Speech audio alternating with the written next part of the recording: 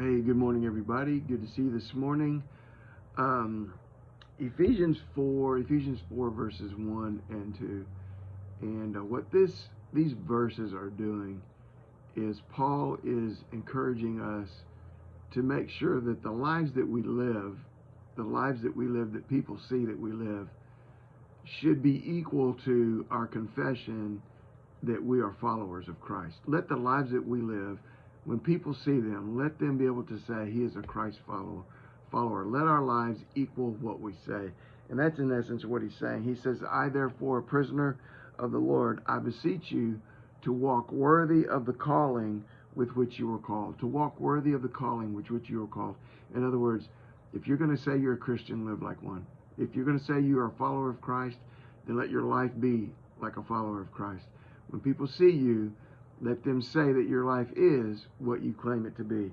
And then he gives us some characteristics of what that life should be like. And ultimately, you could say it on a large scale like this.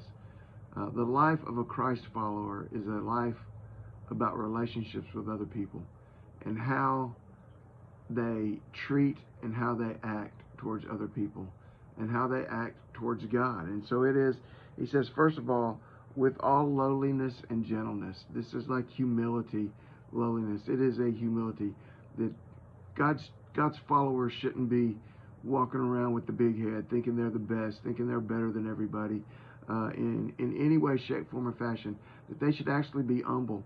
Humble because we understand that it's only by the grace of God that we have any gifts, talents, or anything that we have. It's only by His grace and His mercy. It says with lowliness and gentleness. And when I think of gentleness, I think of words like compassion and kindness and tenderness.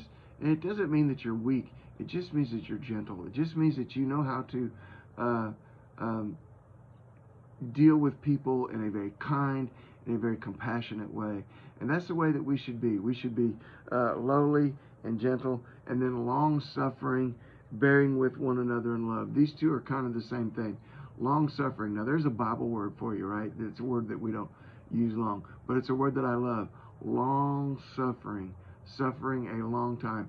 And really, so patience, this word can mean patience, but really it's about being patient with people. It's long-suffering. It's about being patient with people who you just want to blow up at, people who you just want to go off on, people who just get on your last nerve. It's about being long-suffering with people. And the next phrase actually says the similar thing. It says bearing with one another in love. We are to bear with each other. We are to bear with one another. We are to be long-suffering with people. We are to be kind and compassionate because we have love. We are to love people the way God loves people. Ask God to help you see people the way He sees them so that you can love them the way that He loves them. Walk worthy of the calling with which you are called, with all lowliness and gentleness, with long-suffering and bearing with one another in love. God bless you guys. Love you. Get out there. Faith today. Bye.